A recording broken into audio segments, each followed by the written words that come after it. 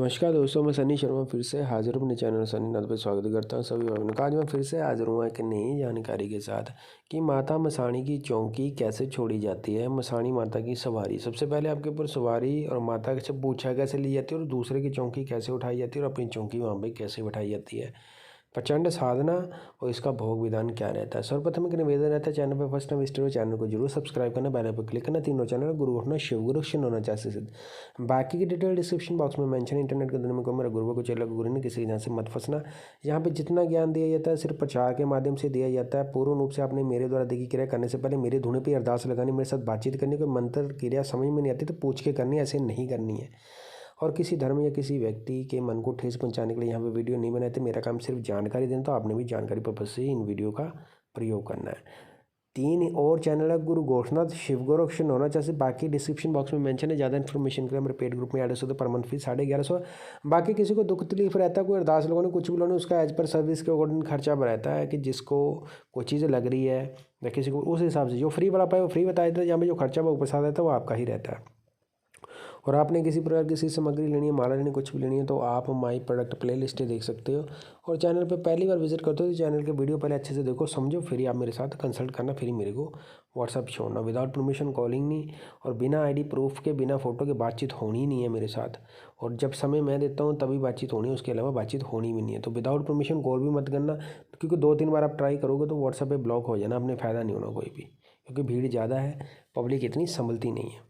अब मैं मारूँ साधना की ओर। तो माता मसाणी की चौकी देखो, सर्वप्रथम मैं बताना चाहता हूँ जो लोग इच्छुक है, जिनकी कुल देवी है माता, तो आपने करना क्या, देखो गुरु सन्निधि में चलोगे तो ऐसा होता है कि गुरु कृपा से आप कभी भी असफल नहीं होते हो, पहली बार में आपको सफलता मिल जाती है। कुछ साधनाएं ऐसी होती है जिनके हम नियम गलत से ले लेते हैं, या उनको हम गलत कर लेते हैं, या कोई नियम से हमें तोड़ फोड़ हो जाती है, या नियम हमारा ऊपर नीचे हो जाता है, तो साधना में आपको सफलता मिलती है, यानी कि आप सफल नहीं हो पाते हो।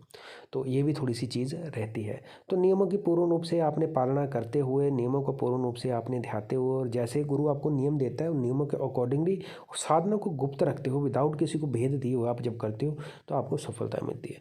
माता मसाणी की सवारी के लिए ज़्यादा समय नहीं लगता है, गुरु योग्य है, गुरु की आपके ऊपर कृपा है, गुरु के पास अगर सिस्टम है और गुरुमुखी आपको मंत्र मिलता है, तो आप 6 महीने में पूर्ण रूप से आपके साथ बातचीत होनी भी चालू हो जाती है। 6 महीने 1 साल तो आपको लगेगा, क्योंकि पकने में टाइम लगता है। माता तो पहले दिन आके खड़ी हो जाएगी, दर्शन देने चालू कर देगी, बोलना भी चालू कर देगी, लेकिन उस भेद को आप समझ नहीं पाओगे। समझने के लिए थोड़ा सा जप चाहिए, थोड़ा सा तप चाहिए, थोड़ा सा पकना पड़ता है इस लेवल में। उस लेवल में एंट्री लेनी पड़ती है। जब उस लेवल में पहुंच जाओगे तो ऑटोमेटिकली आप उस चीज़ को समझने लग जाते हो।